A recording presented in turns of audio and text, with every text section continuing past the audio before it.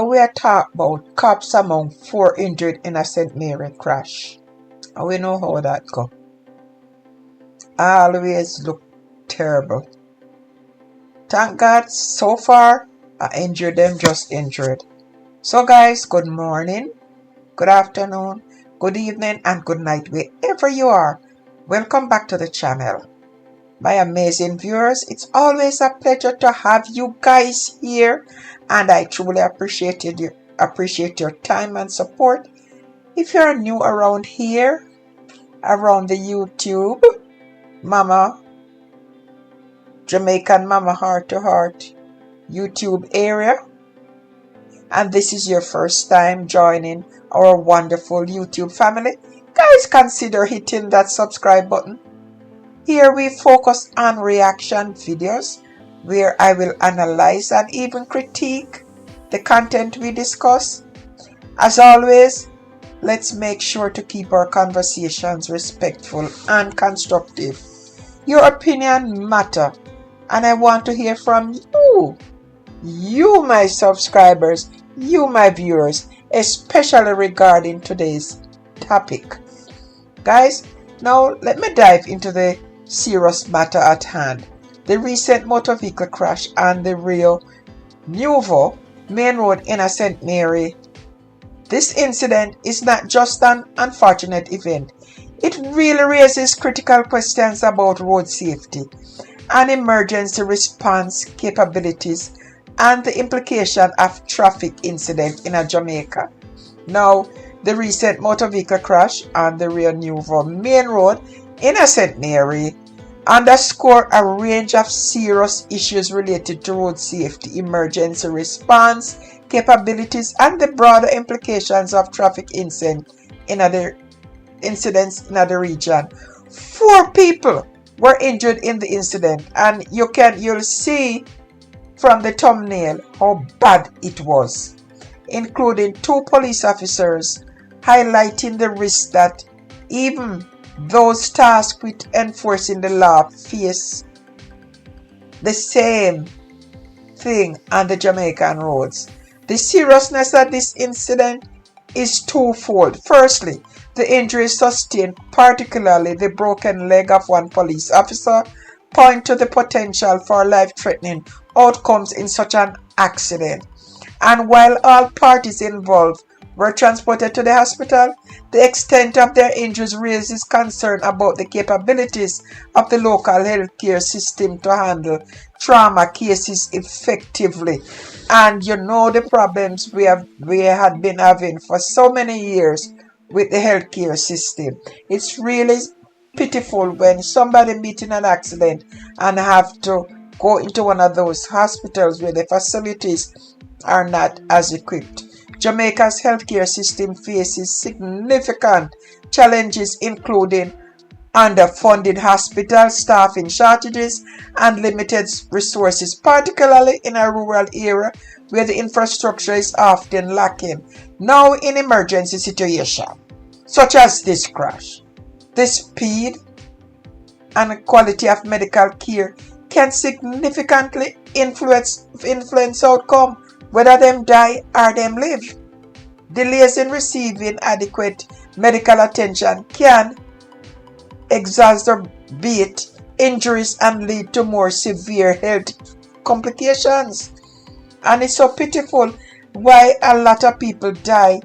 They don't die because they have to die, but because you have to have the medical equipment, you have to have the things to run quick scans, MRIs in a short period of time.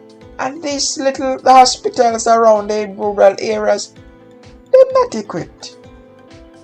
Furthermore, the role of ambulance, forget that, is critical in emergency response. However, Jamaica experiences challenges regarding the availability and reliability of ambulance services. Insufficient ambulances, understaffing emergency response teams, and geographic barriers can hinder timely transport to medical facilities, posing serious risk for victims of road accidents. Sometimes they have to be transferred to public hospital, Kingston Public Hospital, some university, and the time between the lapse when them admit in a one hospital, then have to transfer is very, very crucial.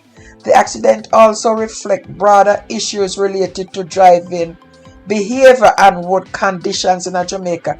Poor driving practices such as failure to yield and reckless driving a lot of times contribute to an alarming rate of traffic accidents. Sometimes you're on the road and you see two people overtake at the same time, and sometimes they're not overtaking, but somebody's driving so close to you, pulling out to see if they can go, and when they can't go, they pull back in, they pull out, they pull in, and that is not safe driving. The fact that the car entered the main road from a minor road into the path of a truck indicates a potential lack of adherence to road safety rules. The need for stricter enforcement of traffic laws and public education campaign on defensive driving techniques is critical to reduce the frequency and severity of such accidents like the one where happened today. Additionally, the state of the road themselves, the pothole them, poorly lit or inadequately marked, can exacerbate the likelihood of accidents. Addressing these infrastructural issues is essential for improving overall road safety. We know them are do something at Jamaica. We know it's just months, maybe months, that the Prime Minister had discussed about trying to get the roads fixed. But it's not fast enough. It's moving very slow. And the roads have been in this condition for many years. It's only get worse now. And people are driving as fast as they can on these roads that has a lot of potholes and a lot of issues. And these are some of the things. They are just reckless because they drive on it so many times. They just feel that they should not adhere to the safety.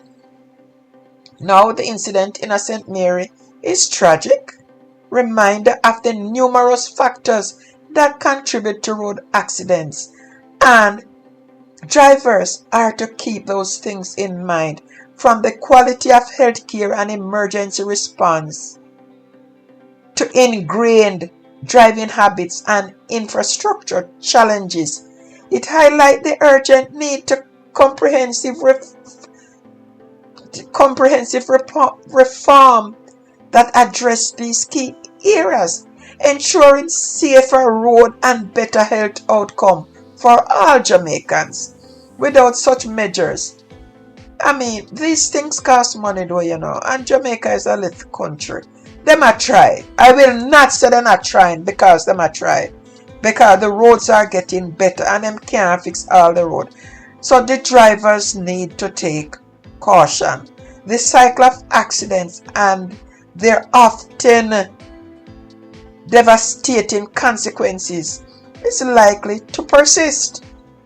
Guys, thanks for joining me in analyzing this important issue.